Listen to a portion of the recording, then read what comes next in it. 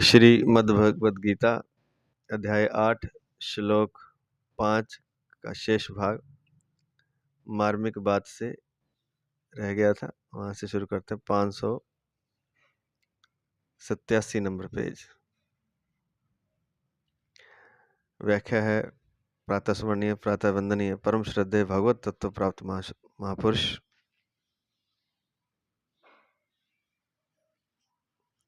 परम आदरणीय पूज्य श्री महाराज जी स्वामी राम सुखदास जी महाराज जी, उनके ग्रंथ साधक संजीवनी से महाराज जी के चरणों में अनंत अनंत कोटि नमन, दंडवत नमन करते हुए व्याख्या शुरू करते हैं। मार्मिक बात से ये श्लोक था, वो देख लेते हैं। अंत काले चा मामेव स्मरण मुक्त्वा कलेवरम यह प्रयाति सा मदभावम याति नस्त्यत्र संशयः। अर्थात जो मनुष्य अंत काल में भी मेरा स्मरण करते हुए शरीर छोड़कर जाता है, वह मेरे स्वरूप को ही प्राप्त होता है, इसमें संदेह नहीं है। जीवन भर ना होए भजन कीर्तन जब भगवान का ध्यान, अभी कल हमने किया था, जीवन भर ना हो और अगर अंत समय में भी भगवान का स्मरण कर लिया जाए तो भगवान कहते हैं कि वह मुझे ही प्राप्त होता है, मेरे स्वरूप को ही प्राप्त होता है। मार्मिक बात। इस अध्याय के तीसरे चौथे श्लोक में ब्रह्म अध्यात्म आदि जिन 6 बातों का वर्णन किया गया है, उसका तात्पर्य समग्र रूप से है और समग्र रूप का तात्पर्य है वासुदेव सर्वम। तो कहते हैं कि जिन 6 बातों का वर्णन किया गया है, जीव ब्रह्म अध्यात्म अधिदेव अधिभूत अधियज्ञ, इनका जो सार है वो भगवान के समग्र रूप से है और समग्र रूप का तात्पर्य है वासुदेव सर्वम, अर्थात सब कुछ ही वासुदेव है, सब कुछ ही भगवान है, सब कुछ ही श्री कृष्ण है, अर्थात सब कुछ वासुदेव ही है। जिसको समग्र रूप का ज्ञान हो गया है उसके लिए अंत काल के स्मरण की बात ही नहीं की जा सकती। जिसको हो गया है ज्ञान समग्र रूप का, उसको तो स्मरण हो गया, वो तो एक क्षण भी नहीं भूलता, तो उसके लिए अंतकाल की बात नहीं की जा सकती, अंतकाल के स्मरण की। कारण कि जिसकी दृष्टि में संसार की स्वतंत्र सत्ता ना होकर सब कुछ वासुदेव ही है, उसके लिए अंतकाल में भगवान का चिंतन करें यह कहना ही नहीं बनता। जैसे सामान्य मनुष्य को मैं हूँ इस अपने होनेपन का किंचन मात्र भी स्मरण नहीं करना पड़ता, ऐसे ही उस महापुरुष को भगवान का स्मरण नहीं करना पड़ता, प्रत्युत उसको जागृत स्वप्न सुषुप्ति आदि अवस्थाओं में भगवान के होनेपन का स्वाभाविक अटल ज्ञान रहता है। पवित्र से पवित्र अथवा अपवित्र से अपवित्र किसी भी देश में उत्तरायण दक्षिणायन शुक्ल पक्ष कृष्ण पक्ष दिन रात्रि प्रातः सायं आदि किसी भी काल में जागृत स्वप्न सुषुप्ति मूर्छा रुग्णता निरोगता आदि किसी भी अवस्था में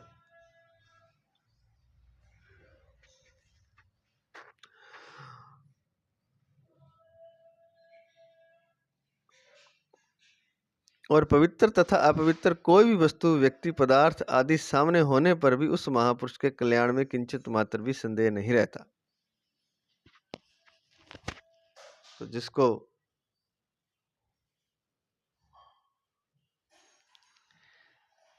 जिसकी की दृष्टि में संसार की स्वतंत्र सत्ता ना होकर सब कुछ वासुदेव ही है, उसके लिए कुछ भी हो, चाहे पवित्र हो अपवित्र हो, दक्षिणायन हो उत्तरायण हो, जागृत हो स्वप्न हो, सुषुप्ति मूर्छा रुग्णता निरोगता आदि किसी भी अवस्था में पवित्र अथवा अपवित्र कोई भी वस्तु व्यक्ति पदार्थ आदि सामने होने पर भी उस महापुरुष के कल्याण में किंचन मात्र भी संदेह नहीं रहता।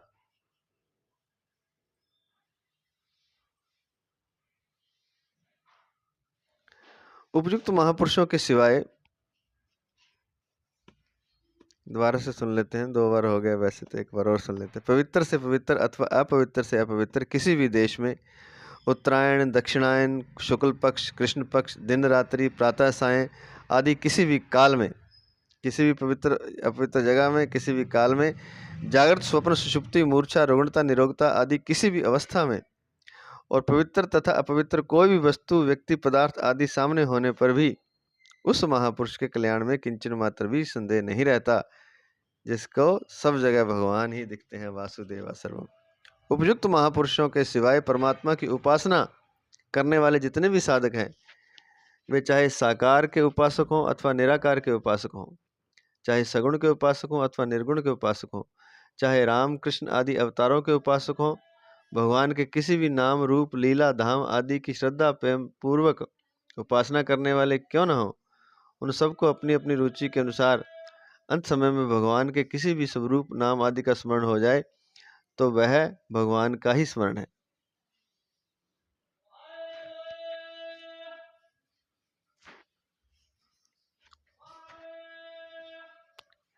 साधकों के सिवाय जिन मनुष्यों में भगवान हैं, ऐसा सामान्य आस्तिक भाव है और वे किसी उपासना विशेष में नहीं लगे हैं, उनको भी अंत समय में कई कारणों से भगवान का स्मरण हो सकता है।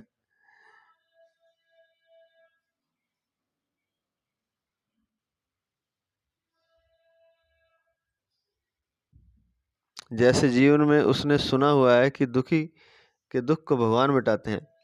इस संसार के अंत समय की पीड़ा अर्थात दुख के समय भगवान की याद आ सकती है। अंत समय में अगर यमदूत दिखाई दे जाएं तो भय के कारण भगवान का स्मरण हो सकता है।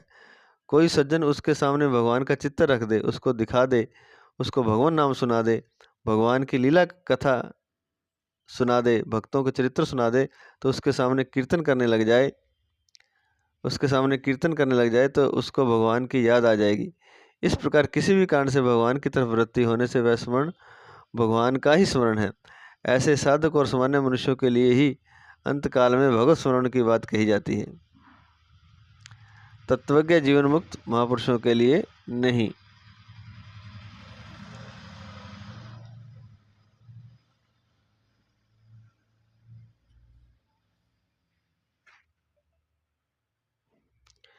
तो तत्वज्ञ महापुरुष के लिए तो नहीं, क्योंकि उसको तो परमात्मा ही परमात्मा दिखाई देते हैं, उसका चिंतन परमात्मा से अलग होता ही नहीं।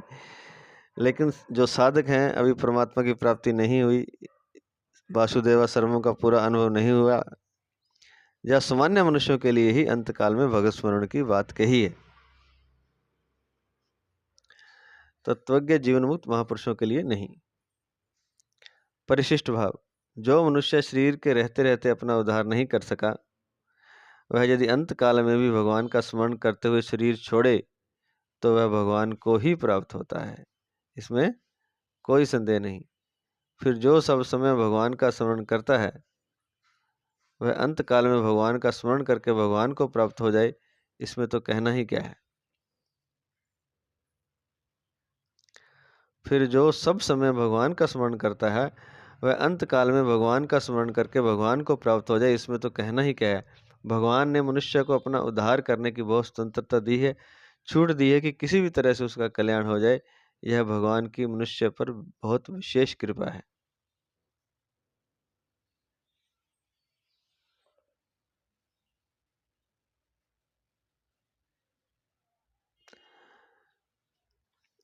अगला श्लोक, श्लोक नंबर 6।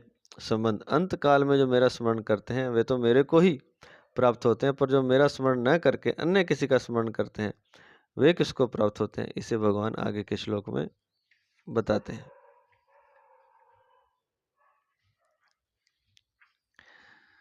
यम यम वापि स्मरन् भावं त्यजत्यन्ते कलेवरं तं तमेवैति कौन्तेय सदा तद्भाव भावितः। हे कुंती पुत्र अर्जुन, मनुष्य अंत काल में जिस जिस भी भाव का स्मरण करते हुए शरीर छोड़ता है, वह उस अंत काल के भाव से सदा भावित होता हुआ उसको ही प्राप्त होता है, अर्थात उस योनि में ही चला जाता है। व्याख्या इस प्रकार है, यम यम वापि स्मरण भावम डैश डैश डैश सदा तद भाव भाविता। भगवान ने इस नियम में दया से भरी हुई एक विलक्षण बात बताई है कि अंतिम चिंतन के अनुसार मनुष्य को उस योनि की प्राप्ति होती है। जब यह नियम है तो मेरी स्मृति से मेरी प्राप्ति होगी ही। परम दयालु भगवान ने अपने लिए अलग कोई विशेष नियम नहीं बताया है।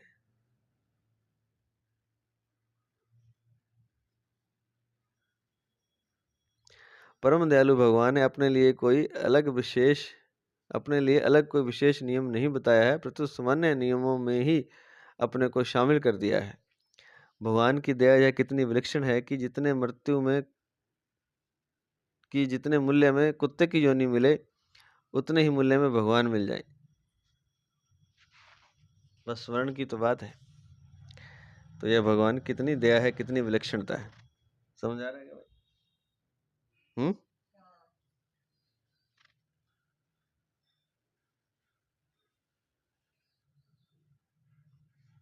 सदा तद भाव भाविता का तात्पर्य है कि अंत काल में जिस भाव का जिस किसी का चिंतन होता है, शरीर छोड़ने के बाद वह जीव जब तक दूसरा शरीर धारण नहीं कर लेता तब तक वह उसी भाव से भावित रहता है। अर्थात अंत काल का चिंतन स्मरण वैसा ही स्थायी बना रहता है। अर्थात अंत काल का चिंतन या स्मरण वैसा ही स्थायी बना रहता है।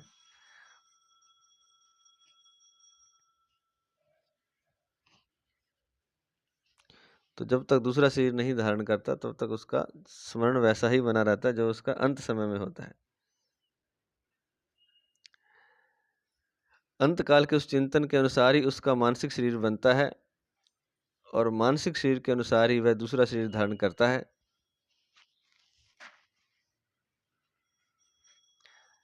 कारण कि अंत काल के चिंतन को बदलने के लिए वहाँ कोई मौका नहीं है, शक्ति नहीं है और बदलने की स्वतंत्रता भी नहीं है तथा नया चिंतन करने का कोई अधिकार भी नहीं है। अतः वह उसी चिंतन को लिए हुए उसी में तल्लीन रहता है। फिर उसका जब किसी के साथ कर्मों का किंचन मात्र भी संबंध रहता है, वायु जल खाद्य पदार्थ आदि के द्वारा वह वहीं पुरुष जाति में प्रविष्ट होता है। अतः वह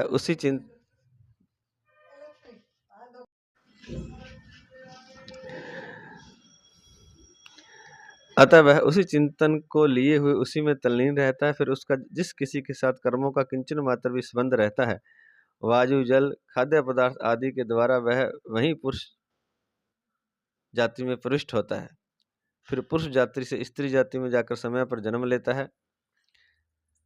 जैसे कुत्ते का पालन करने वाला कोई मनुष्य अंत समय में कुत्ते को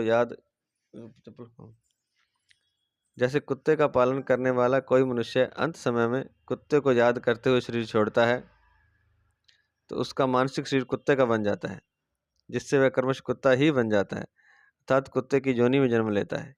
इस तरह अंत काल में जिस किसी का स्मरण होता है उसी के अनुसार जन्म लेना पड़ता है। परंतु इसका तात्पर्य यह नहीं कि मकान को याद करते हुए शरीर छोड़ने से मकान बन जाएगा, धन को याद करते हुए शरीर छोड़ने से धन बन जाएगा आदि। प्रत्युत मकान का चिंतन होने से वह उस मकान में चूहा छिपकली आदि बन जाएगा और धन का चिंतन होने से वह सांप बन जाएगा आदि। तात्पर्य यह हुआ कि अंत काल के चिंतन का नियम सजीव प्राणियों के लिए है, निर्जीव जड़ पदार्थों के लिए नहीं। अतः जड़ पदार्थ का चिंतन होने से वह उससे संबंधित कोई सजीव प्राणी बन जाएगा। तो ये बहुत ही रहस्यमयी बातें हैं और बड़े इस बारे में प्रश्न भी लोग करते हैं। तो यहाँ बड़ा साफ साफ लिखा है कि जिस चीज का चिंतन होगा वही बन जाएगा। तो चिंतन मृत्यु के समय जो चिंतन होता है, जब तक दूसरा शरीर धारण नहीं करता तब तक वह उसका चिंतन बना रहता है। उस चिंतन के अनुसार उसका मानसिक शरीर बनता है और मानसिक शरीर के अनुसार ही वह दूसरा शरीर धारण करता है। कुत्ते का बन गया तो कुत्ते का, बिल्ली का बन गया तो बिल्ली का, मनुष्य का बन गया तो मनुष्य का। तो चिंतन उसका जब तक दूसरा शरीर धारण नहीं करता तब तक उसी चिंतन को लिए हुए उसी में तल्लीन रहता है। फिर उसका जिस किसी के साथ कर्मों का किंचन मात्र भी संबंध रहता है। अब फिर क्या जन्म कैसे लेता है कि जब किसी के साथ उसके कर्मों का संबंध है, थोड़ा बहुत भी होता चाहे, तो वायु, जल, खाद्य पदार्थ आदि के द्वारा वह वहीं पुरुष जाति में पुरुष होता है।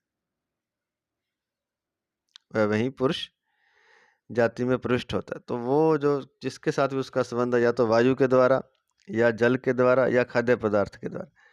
वैसे तो कहा जाता है कि मुख्यतः अन्न के द्वारा जीव मनुष्य में प्रवेश करता है, वीर्य से नहीं, पहले अन्न से प्रवेश करता है। ऐसे नहीं गर्भ में जन्म सेचन क्रिया होगी तो उसके बाद वो जीव प्रवेश करता है, अन्न से प्रवेश करता है, पहले उसके पेट में जाता है। तो वही पुरुष जाति में पृष्ठ होता है। वो पुरुष जाति से मतलब है, मतलब वाले कुत्ते की जोनी में जाना तो कुतिया में नहीं जाएगा, कुत्ते में जाएगा। पहले वो अन्न के द्वारा जाएगा, या फिर जल के द्वारा, या फिर वायु के द्वारा, तो उसके भीतर चला जाता है। फिर पुरुष जाति से स्त्री जाति में जाकर समय पर जन्म लेता है। फिर वो स्त्री शरीर में जाता है, जिसको निषेचन की क्रिया या जो भी आप कहते हैं। तो फिर वह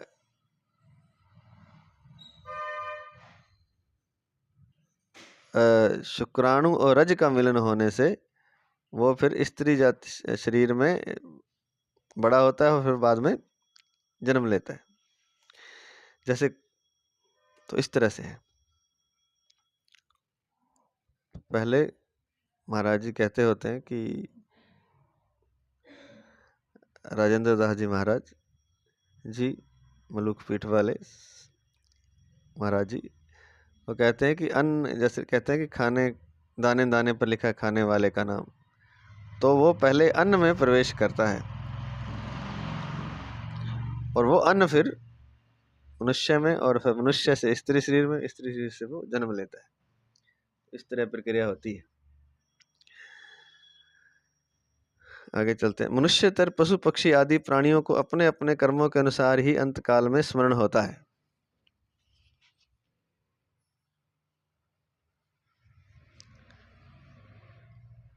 और उसी के अनुसार उनका अगला जन्म होता है। इस तरह अंत काल के स्मरण का कानून सब जगह लागू पड़ता है, परंतु मनुष्य शरीर में यह विशेषता है कि उसका अंत काल का स्मरण कर्मों के अधीन नहीं है, प्रत्युत पुरुषार्थ के अधीन है। पुरुषार्थ में मनुष्य सर्वथा स्वतंत्र है, तभी तो अन्य योनियों की अपेक्षा इसकी अधिक महिमा है।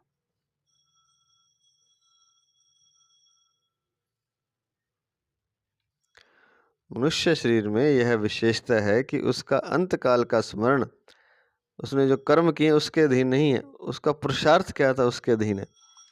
तो पुरुषार्थ में मनुष्य सर्वथा स्वतंत्र है, तभी तो अन्य योनियों की अपेक्षा इसकी अधिक महिमा है।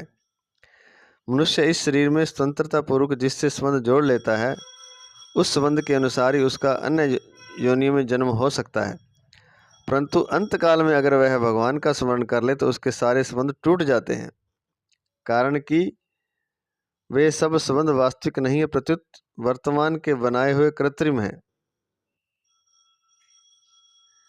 जबकि भगवान के साथ संबंध स्वतः सिद्ध है, बनाया हुआ नहीं है, वास्तविक है। अतः भगवान की याद आने से उसके सारे कृत्रिम संबंध टूट जाते हैं। तो अंत समय अगर भगवान की याद आएगी तो वो सारे संबंध टूट जाएंगे, नहीं तो जिस जिसकी वो याद करेगा वहाँ वहाँ वो चला जाएगा।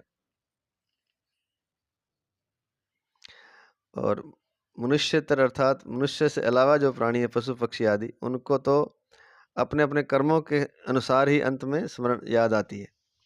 वो स्वतंत्र नहीं है, एक तरह से कह सकते हैं। उसी के अनुसार उनका अगला जन्म होता है, अपने कर्म जो वो कर्म कर रहे हैं, जैसा वो जीवन जी रहे हैं।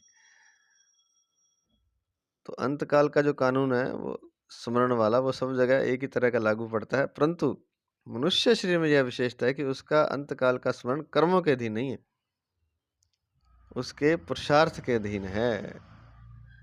कर्म चाहे कुछ भी हो, लेकिन अगर उसका संकल्प, उसका पुरुषार्थ भगवान को अंत समय में किसी तरह से भी याद कर ले तो वह मुक्त हो सकता है। आगे आते हैं विशेष बात नंबर 1। और फिर ये भी बताया है कि भगवान का स्मरण करने से भगवान को प्राप्त हो जाता, तो उसके पुराने जो कर्मों के संबंध उसका क्या होगा? तो कहते हैं कि जो कर्मों से जो संबंध बने या वर्तमान के जो उसके जो संबंध हैं वह तो कृत्रिम है, नकली हैं, काम चलाऊ हैं। वस्तुतः संबंध तो भगवान से है, इसलिए भगवान की याद आते ही जो नकली संबंध है वो वहीं समाप्त हो जाते हैं। वो सारे कर्मों का लेखा जोखा वहीं सारा समाप्त हो जाता है। तो यही बात बताई है। अंत काल में अगर वह भगवान का स्मरण कर ले तो उसके सारे संबंध टूट जाते हैं, कारण कि वे सब संबंध वास्तविक नहीं है, प्रत्युत वर्तमान के बनाए हुए कृत्रिम हैं, अर्थात काम चलाऊ हैं। जबकि भगवान के साथ संबंध स्वतः सिद्ध है, बनाया हुआ नहीं। भगवान के साथ तो हमारा संबंध है ही। भगवान कहते भी हैं ममे वांशो जीव लोके, कि जीव मेरा अंश है। तो हमारा जो संबंध बाकी तो काम चलाऊ हैं, हम पति हैं, पत्नी हैं, बच्चा है, माँ है, बेटा है, जो भी है, और अन्य शरीर भी, ये सब काम चलाऊ है। जैसे पर्दे पर कोई रोल प्ले कर रहा है तो वो उसका काम चलाऊ है, वो असली नहीं। असली में तो वो अमिताभ बच्चन ही है, लेकिन पर्दे पर वो पता नहीं कौन कौन से रोल कर रहा है वो। तो वो जो पर्दे पर कर रहा है वो काम चलाऊ है। तो ये जगत एक पर्दा है। तो यहाँ पर जो हमारे संबंध हैं वो सारे काम चलाऊ हैं। वास्तविक संबंध तो भगवान के साथ है। तो भगवान के साथ तो स्वतः सिद्ध बनाया हुआ संबंध है।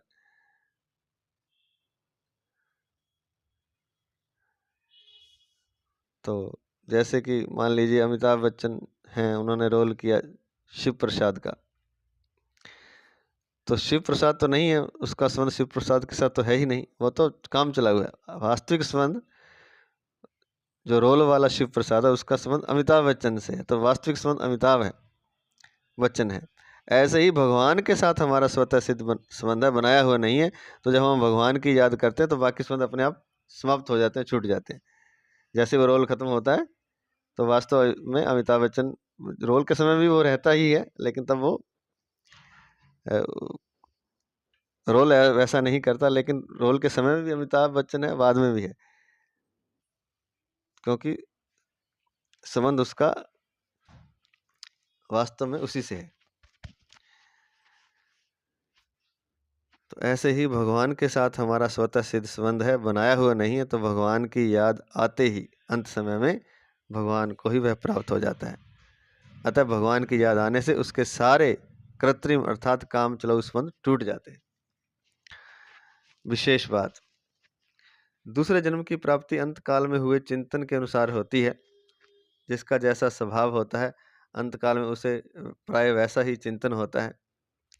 जैसे जिसका कुत्ते पालने का स्वभाव होता है, अंत काल में उसे कुत्ते का चिंतन होता है।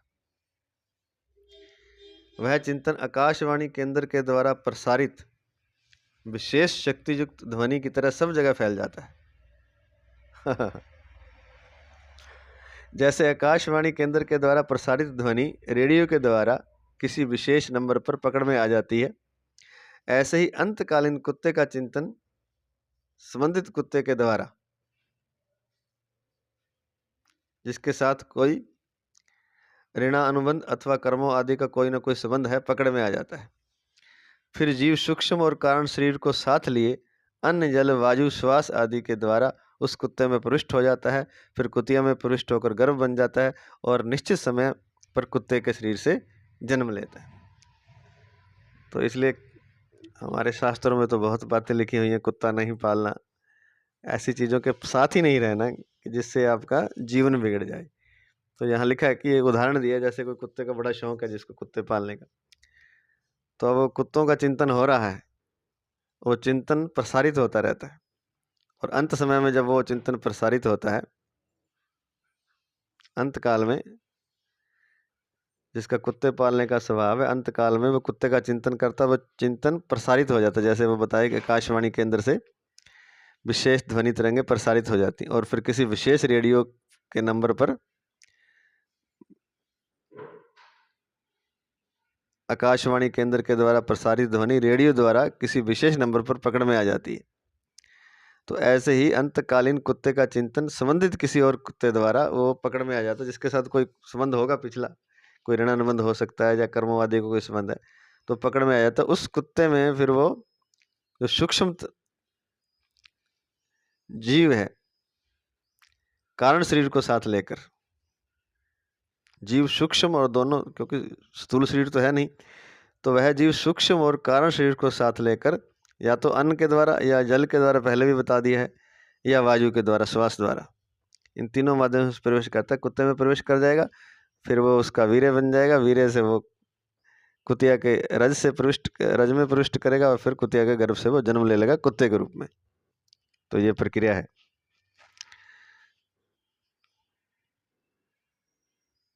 फिर कुतिया में प्रविष्ट होकर गर्भ बन जाता है और निश्चित समय पर कुत्ते के शरीर से जन्म लेता है। तो अंतकालीन चिंतन और उसके अनुसार गति को एक दृष्टांत के द्वारा समझा जा सकता है। एक आदमी फोटो खिंचवाने गया। जब वह फोटो खिंचवाने बैठा तब फोटोग्राफर ने उससे कहा कि फोटो खींचते समय हिलना मत और मुस्कुराते रहना। जैसे ही फोटो खींचने का समय आया, उस आदमी की नाक पर एक मक्खी बैठ गई। हाथ से मक्खी को भगाना ठीक न समझकर कि कहीं फोटो में वैसा ना आ जाए, उसने अपनी नाक को सिकोड़ा। ठीक इसी समय उसकी फोटो खींच गई। उस आदमी ने फोटोग्राफर से फोटो मांगी तो उसने कहा कि अभी फोटो को प्रत्यक्ष रूप में आने में कुछ समय लगेगा, आप अमुक दिन फोटो ले जाना। वह दिन आने पर फोटोग्राफर ने उसे फोटो दिखाई तो उसमें अपनी नाक सिकोड़े हुए भद्दे रूप को देखकर वह आदमी बहुत नाराज हुआ कि तुमने फोटो बिगाड़ दी। फोटोग्राफर ने कहा कि इसमें मेरी क्या गलती है, फोटो खींचते समय आपने जैसी आकृति बनाई थी वैसी ही फोटो में आ गई, अब तो फोटो में परिवर्तन नहीं हो सकता। इस तरह अंत काल में मनुष्य का जैसा चिंतन होगा वैसी ही योनि उसको प्राप्त होगी, वैसा ही उसका जन्म होगा। फोटो खींचने का समय तो पहले से ही मालूम रहता है, पर मृत्यु कब आ जाए इसका हमें कुछ पता नहीं रहता। इसलिए अपने स्वभाव चिंतन को निर्मल बनाए रखते हुए हर समय सावधान रहना चाहिए और भगवान का नित्य निरंतर स्मरण करते रहना चाहिए। गीता 8वें अध्याय का 5वां और 7वां श्लोक। 5वें श्लोक में कल कर चुके हैं हम इस बात को कि भगवान का नित्य निरंतर स्मरण करते रहना चाहिए। चित्त को निर्मल बना करके अपने स्वभाव को और चिंतन को निर्मल बनाकर हर समय सावधान रहना चाहिए, क्योंकि मृत्यु किसी भी क्षण आ सकती है। अब दूसरा है दिया है अंतकालीन गति के नियम में। ये नियम है कि अंतकाल में जो स्मरण होगा, तो इसलिए तो जीवन भर भजन किया जाता है। तो जीवन भर भजन करेगा तो उसके लिए तो आसान हो जाएगा, क्योंकि जब जीवन भर भजन ही कर रहा तो अंत समय में भी उसका चिंतन भजन का ही होगा, भगवान का ही होगा। और जिसका नहीं है उसके लिए दिक्कत हो सकती है, लेकिन उसको भी किसी कृपा से, किसी संत से, जैसे भी किसी ने सुना दिया, किसी कारण से भी अंतकाल में अगर उसको भगवान का नाम याद आ जाएगा तो वह भगवान को ही प्राप्त होगा, ऐसा नियम है। अंतकालीन गति के नियम में भगवान की न्यायकारिता और दयालुता ये दोनों ही भरी हुई हैं। तो जो फोटो खींचने वाला उदाहरण दिया कि जैसे फोटो के समय आपने कर लिया वैसा ही हो जाएगा। तो इसमें क्या है, ये जो नियम है इसमें भगवान की न्यायकारिता और दयालुता भरी पड़ी है। साधारण दृष्टि से न्याय और दया दोनों परस्पर विरुद्ध मालूम देते हैं। अगर न्याय करेंगे तो दया सिद्ध नहीं होगी और दया करेंगे तो न्याय सिद्ध नहीं होगा। कारण कि न्याय में ठीक ठीक निर्णय होता है, छूट नहीं होती, और दया में छूट होती है। परंतु वास्तव में यह विरोध सामान्य और क्रूर पुरुष के बनाए हुए न्याय में ही आ सकता है, भगवान के बनाए हुए न्याय में नहीं, क्योंकि भगवान परम दयालु और प्राणी मात्र के सुहृद हैं। सुहृदम सर्वभूतानाम, गीता 5वें अध्याय का 29वां श्लोक। भगवान सभी न्याय कानून दया से परिपूर्ण होते हैं। भगवान के सभी न्याय कानून दया से परिपूर्ण होते हैं। मनुष्य अंतकाल में जैसा स्मरण करता है उसी के अनुसार उसकी गति होती है। अगर कोई कुत्ते का चिंतन करते हुए मरता है तो क्रमश कुत्ता ही बन जाता है। यह भगवान का मनुष्य मात्र के प्रति लागू होने वाला न्याय हुआ, क्योंकि भगवान ने मनुष्य मात्र को यह स्वतंत्रता दी है कि वह चाहे मेरा अर्थात भगवान का स्मरण करे, चाहे अन्य का स्मरण करे। इसलिए यह भगवान का न्याय है। जितने मूल्य में कुत्ते की योनि मिले उतने ही मूल्य में भगवान मिल जाएं, यह मनुष्य के प्रति भगवान की दया है।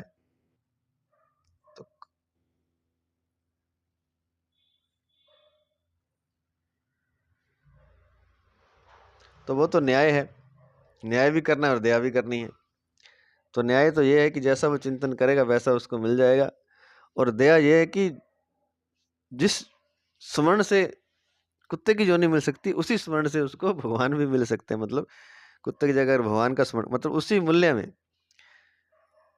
जितने मूल्य में कुत्ते की योनि मिले उतने ही मूल्य में भगवान मिल जाए, यह मनुष्य मात्र के प्रति भगवान की दया है। अगर मनुष्य भगवान की इस न्यायकारिता और दयालुता की तरफ ख्याल करे तो उसका भगवान में आकर्षण हो जाएगा। परिशिष्ट भाव। 7वें अध्याय के 21वें श्लोक में भगवान ने यो यो याम याम तनु भक्ता पदों से उपासना के विषय में मनुष्य की स्वतंत्रता बताई थी। अब इस श्लोक में गति के विषय में मनुष्य की स्वतंत्रता बताते हैं। तो पहले तो बताया था कि उपासना करने में मनुष्य स्वतंत्र है, चाहे तो परमात्मा की तरफ चले चाहे ना चले, चाहे बदमाश बन जाए चाहे कुछ भी बन जाए, मनुष्य स्वतंत्र है, चाहे भक्त बन जाए। ये तो उपासना के विषय में मनुष्य की स्वतंत्रता थी साधना के विषय में। और इस श्लोक में उसकी गति के विषय में भी मनुष्य की स्वतंत्रता बताते हैं कि वो जैसी गति चाहता है वैसी मिल जाएगी। कुत्ता बनना चाहता है कुत्ता बन जाएगा, जैसा चाहेगा वैसा हो जाएगा, अंत समय में जैसा चाहेगा। तात्पर्य है कि अपनी उपासना और गति के विषय में मनुष्य स्वतंत्र है।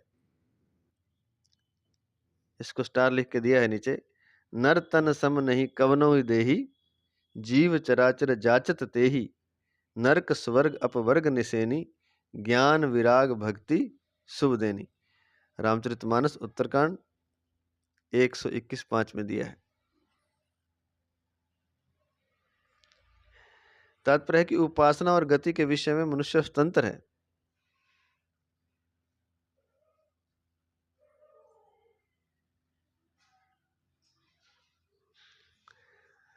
तो जैसा वो चाहेगा वैसा होता है, इसलिए लिखा है नर तन सम नहीं कवनो देही। नर तन अर्थात मनुष्य शरीर के समान कोई भी देह नहीं है, जीव चराचर जाचत तेही, इस पूरे चराचर जगत में, क्योंकि वो जैसा चाहे वैसा कर सकता है। पूरी स्वतंत्रता मनुष्य को परमात्मा ने दे रखी है कुछ नया करने की। कुछ पिछले कर्मों के हिसाब से तो जो उसको मिलेगा वो तो मिलेगा ही, पाप और पुण्य के हिसाब से सुख दुख मिलेगा, लेकिन नया कुछ कर सकता है, इसमें स्वतंत्र है वो।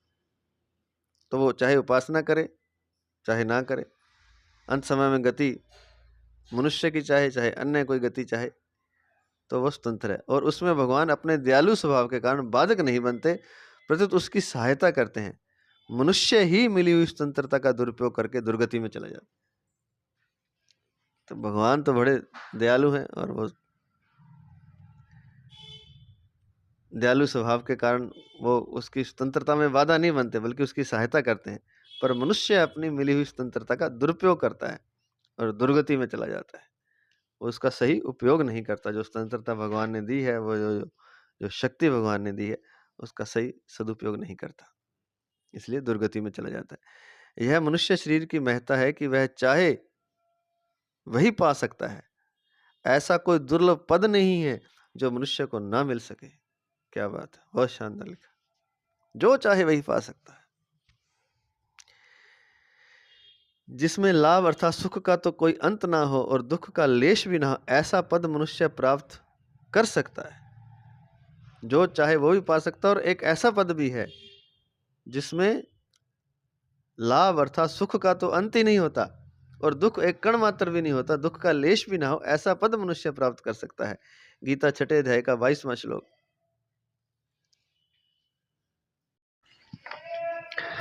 सा तया श्रद्धया युक्तस्तस्याराधन महिते युक्तस तस्या आराधन मिहते लभते च ततः कामान्मयेव भी तान। वह मेरे द्वारा दृढ़ की हुई श्रद्धा से युक्त होकर वह मनुष्य उस देवता की सकाम भावपूर्वक उपासना करता है और उसकी वह कामना पूरी भी होती है, परंतु वह कामना पूर्ति मेरे द्वारा ही विहित की हुई होती है। अर्थात कोई अन्य चाहता है कुछ, देवता की उपासना से या जैसे भी वो मिल जाता है उसे, लेकिन वो सब कुछ मेरा दिया हुआ है, हुआ ही है। अर्थात तात्पर्य यह है कि अगर वो मेरे को चाहता है तो मैं भी उसको प्राप्त हो सकता हूँ।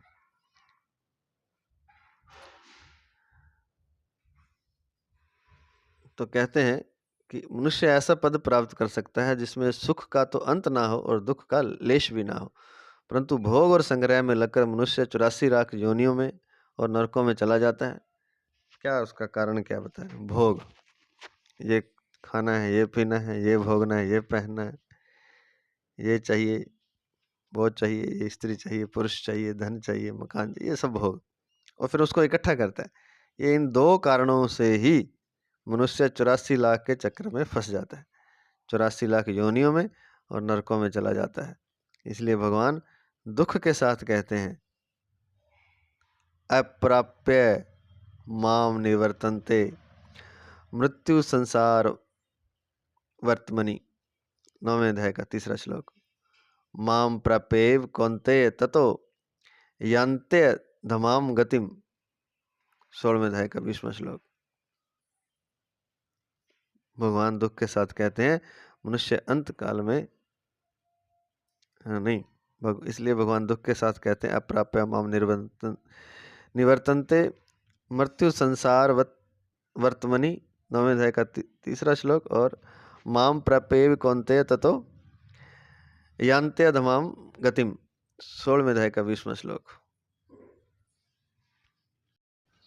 तो इन श्लोकों में दुख के साथ भगवान कहते हैं कि मुझे ना प्राप्त करके वे संसार मार्ग में ही पड़े रहते हैं, अर्थात जन्म मृत्यु का जो चक्कर है उसमें पड़े रहते हैं, जबकि हर मनुष्य को स्वतंत्रता है कि वे मुझे प्राप्त कर सकता है केवल चिंतन के द्वारा, केवल अंतिम समय के चिंतन के द्वारा। और जीवन भर करे तब तो प्राप्त कर ही लेगा। और फिर और भी कहते हैं कि माम प्राप्येव कौन्तेय ततो यान्त्य धमाम गतिम। और आसुरी योनियों में जाकर अन्य नीच योनियों में और भी अधम गतियों में पड़ जाते हैं। कहाँ तो मुझे प्राप्त कर सकते थे और कहाँ वे आसुरी योनियों में जाकर और भी नीच योनि में, वहां से और अत्यंत नीच योनियों में चले जाते हैं। तो ये दुख के साथ कहते हैं भगवान 9वें अध्याय के 3रे श्लोक में, 16वें अध्याय के 20वें श्लोक में। मनुष्य अंत काल में जैसा चिंतन करता है वैसी ही उसकी गति होती है। इस विषय में एक श्लोक आता है,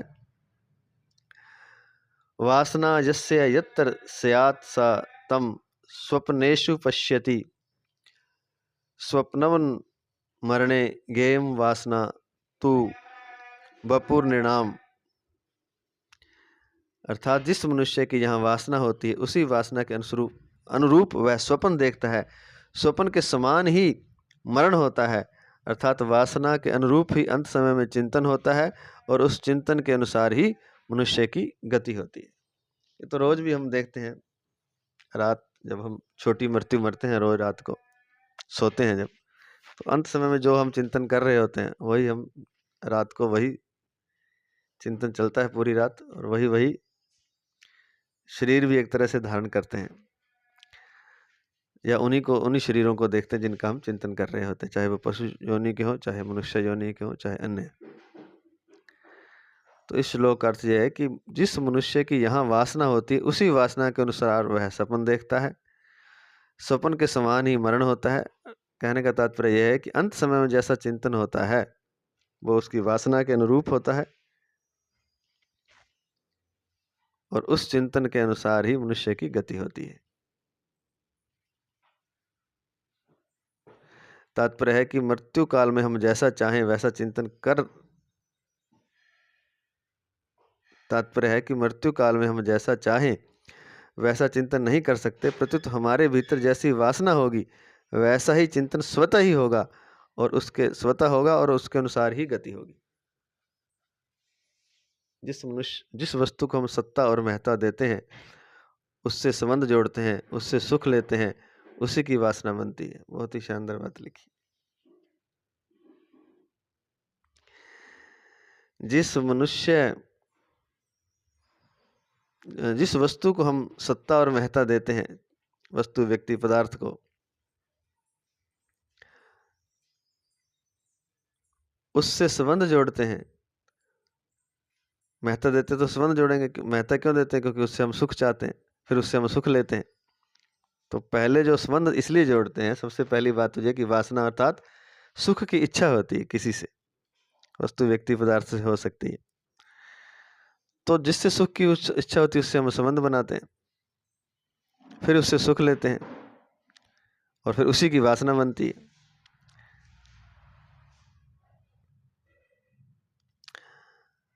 अगर संसार में सुख बुद्धि ना हो तो संसार की वासना नहीं बनेगी। अगर वहां हम सुख लेना नहीं चाहें, हमारी कोई कामना ही ना हो, जिसको कामना भी कहा है, सुख ना ही मुख्य बात है, कामना से भी खास बात है, ये सीधी साफ बात है साधारण भाषा में, कि सुख लेना चाहते हैं बस। किसी दूसरे से हम सुख लेना चाहते हैं, वस्तु, व्यक्ति, पदार्थ से, और उसको फिर हम सत्ता और महत्व, उसको फिर हम मानते हैं कि हाँ ये है, क्योंकि सुख लेना चाहते हैं इसलिए तो उसको मानना पड़ेगा ना। मान लीजिए किसी व्यक्ति से सुख लेना है तो उसको महत्व देना पड़ेगा हमें, उसके उसके बीइंग को, उसके होने को हमें स्वीकार करना पड़ेगा, साथ उसकी सत्ता को स्वीकार करना पड़ेगा और उसको महत्व देना पड़ेगा। तो पहले तो जिससे हम सुख चाहते हैं उसकी सत्ता और महत्ता को स्वीकारते हैं, अर्थात उसको सत्ता और महत्ता देते हैं, और फिर उसको सत्ता और महत्ता देकर उससे संबंध जोड़ते हैं, फिर उससे सुख लेते हैं, और फिर जब ऐसा करते हैं तो उसी की वासना बन, मतलब उसी के हमारे विचार बन जाते हैं, उसी का हमारा चिंतन बन जाता है। और फिर कहते हैं कि अगर संसार में सुख बुद्धि ना हो तो संसार की वासना नहीं बनेगी, क्योंकि मुख्य तो जो चीज़ है वो सुख है ना, कि सुख लेना चाहते हैं। अब सुख ही नहीं लेना चाहते वस्तु, व्यक्ति, पदार्थ से, अर्थात संसार से, तो संसार की वासना फिर बनेगी नहीं। वासना न बनने पर मृत्यु काल में जो भी चिंतन होगा भगवान का ही चिंतन, क्योंकि वासना संसार की होती है, उसके अलावा सिर्फ भगवान ही है। फिर अगर हम सुख नहीं लेना चाहते संसार से तो फिर अगर हम ऐसा छोड़ देंगे, सुख लेना त्याग देंगे, तो फिर जो चिंतन होगा वो भगवान का ही होगा, क्योंकि फिर बचते ही भगवान ही है और कुछ है ही नहीं। वासुदेव सर्वम। वासना न बनने पर मृत्यु काल में जो भी चिंतन होगा भगवान का ही चिंतन होगा, क्योंकि सिद्धांत से सब कुछ भगवान ही है। वासुदेव सर्वम, भगवान के सिवाय कुछ है ही नहीं, तो हम वही चिंतन ही फिर उसका होगा। चिंतन ना भी होगा तो भी भगवान ही बचेगा। अगर संसार का हम चिंतन छोड़ देंगे तो परमात्मा का चिंतन होगा, और अगर चिंतन हम छोड़ देंगे तो चिंतन ना भी हो तो केवल मात्र परमात्मा ही बचेगा, परमात्मा में ही स्थित होंगे। वासुदेव सर्वम। तो इसलिए संसार में सुख बुद्धि ना रखें, पर ये छोटी सी बात है, इसको क्षण में त्याग सकता है कोई, लेकिन यही बड़ी बात है। जो बात क्षण में त्यागी जा सकती है उसको 84 लाख योनियों में भी कोई नहीं त्याग सकता। ये बस संकल्प की बात है, विचार की बात है, श्रद्धा की बात है, इच्छा की बात है, परमात्मा प्राप्ति की बात है, तड़फ की बात है, प्यास की बात है।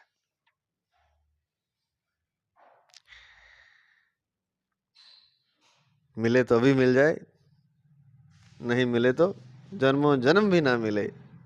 84 लाख जन्म छोड़िए, नरक स्वर्ग सब हो गए तब भी ना मिले। कारण मात्र छोटा सा है, सुख बुद्धि अगर हम त्याग दें। लेकिन हम इतने मूर्ख हैं, इतने अज्ञानी हैं, मैं तो कहूँगा इतने दुष्ट हैं कि इतना सब कुछ होते हुए, परमात्मा सतचित घन रूप होते हुए, सच्चिदानंद घन स्वरूप होते हुए, और हम संसार में सुख ढूंढते घूम रहे हैं, और पता है मिलता नहीं है। सबको पता है सुख ढूंढेंगे तो दुख ही मिलेगा। ऐसा कौन सा जीवन है जहाँ सुख है? गुरु नानक देव जी ने भी कहा है, नानक दुखिया सब संसार, तही सुखिया जही नाम आधार। भगवान का नाम ही सुख दे सकता है, भगवान का चिंतन ही सुख दे सकता है। संसार का चिंतन करेंगे तो दुख ही होगा, बच नहीं सकते।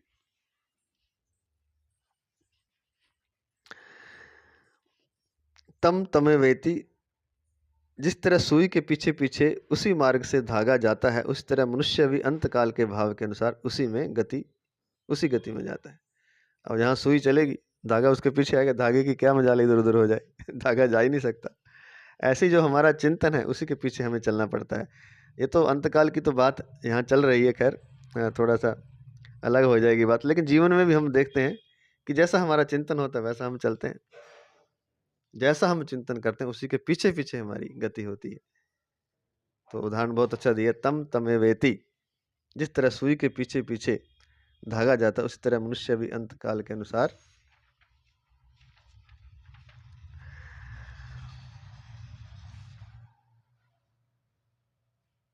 अंतकाल के भाव के अनुसार उसी गति में जाता है।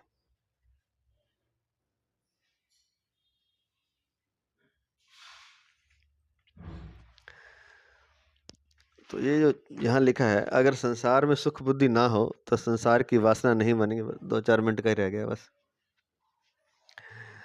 अगर संसार में सुख बुद्धि ना हो तो संसार की वासना नहीं बनेगी। वासना ना बनने पर मृत्यु काल में जो भी चिंतन होगा भगवान का ही चिंतन होगा, क्योंकि सिद्धांत से सब कुछ भगवान ही है, वासुदेव सर्वम।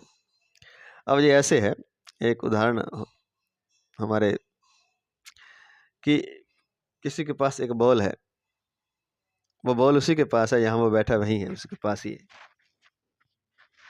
लेकिन वो क्या करता है, बॉल को दूर फेंकता है। और फिर दूर, ये एक खेल है मान लीजिए, और ऐसा ही खेल पूरा जीवन भर अनंत योनियों तक खेलता है मनुष्य।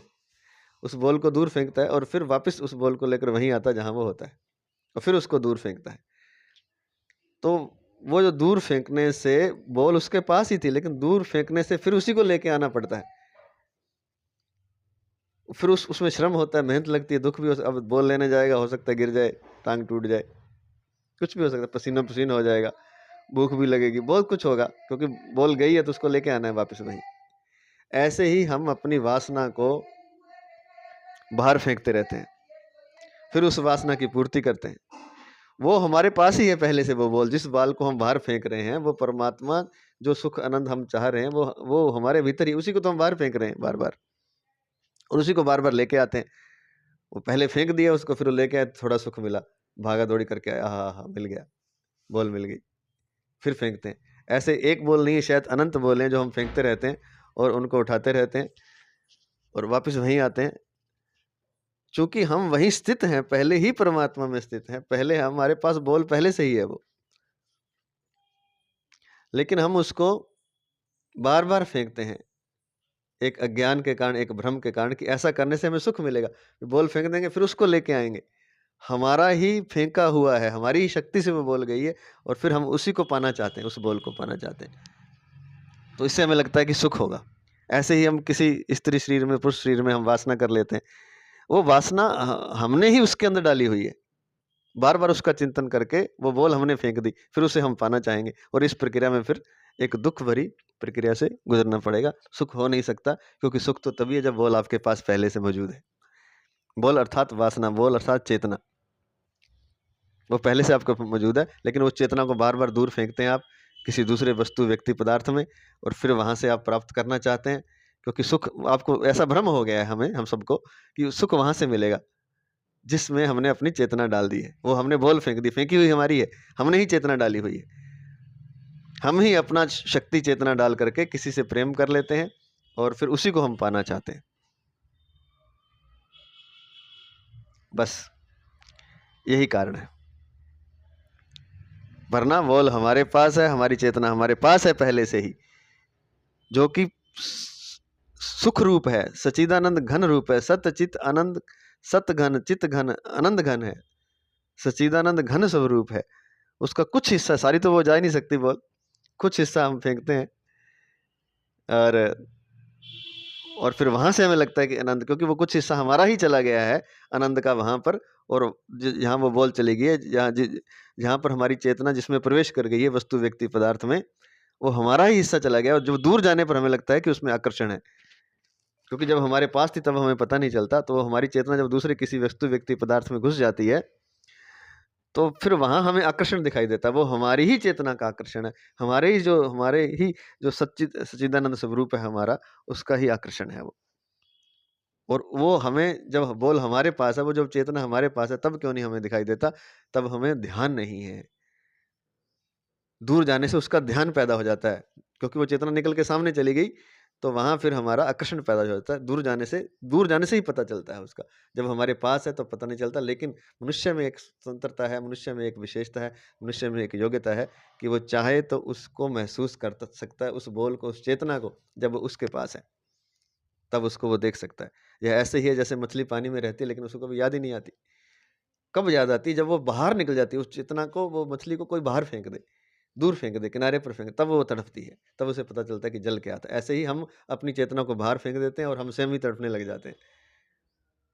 हमारी ही चेतना डाली हुई होती है दूसरे वस्तु, व्यक्ति, पदार्थ में, दूसरे शरीरों में, दूसरे चीज़ों में। तो अगर हम, यही तो है कि वासना को छोड़ देंगे, जब हम कामना को छोड़ देंगे, अपने में हम स्थित हो जाएँगे, सुख लेना छोड़ देंगे, तो वहीं हैं हम जहाँ होना चाहिए। और जब बाहर से सुख लेना हम छोड़ देंगे, दूसरों की तरफ ध्यान नहीं देंगे, संसार की तरफ ध्यान नहीं देंगे, तो फिर अपने आप चेतना हमारी अपने आप में ही स्थित हो जाएगी। इसी को कहा है वासुदेव सर्वम, क्योंकि सिद्धांत से सब कुछ भगवान ही है, भगवान के सिवाय कुछ है ही नहीं। हम ही बार-बार ध्यान इधर-उधर कर रहे हैं। और वहाँ भी हमारी चेतना ही जा रहा है, वहाँ भी भगवान ही जा रहा है, और भगवान के कारण ही वहाँ भी आकर्षण जो पैदा हो रहा है, वह भगवान के कारण ही हो रहा है, हमारे सच्चिदानंद स्वरूप के कारण ही हो रहा है। वस्तुतः हम वही हैं जिसकी हम खोज कर रहे हैं। हमारे अंदर वो परिपूर्ण खजाना भरा पड़ा है, थोड़ा नहीं है, घन रूप। घन मतलब उसको जैसे कल भी बताया था कि जैसे रुई का बड़ा ढेर हो, तो उसको अगर इकट्ठा कर दे तो वो घन बन जाता है। मतलब संपीड़ित कर देते हैं उसको, कंप्रेस्ड कर देते हैं, तो वो एक गांठ बन जाती है।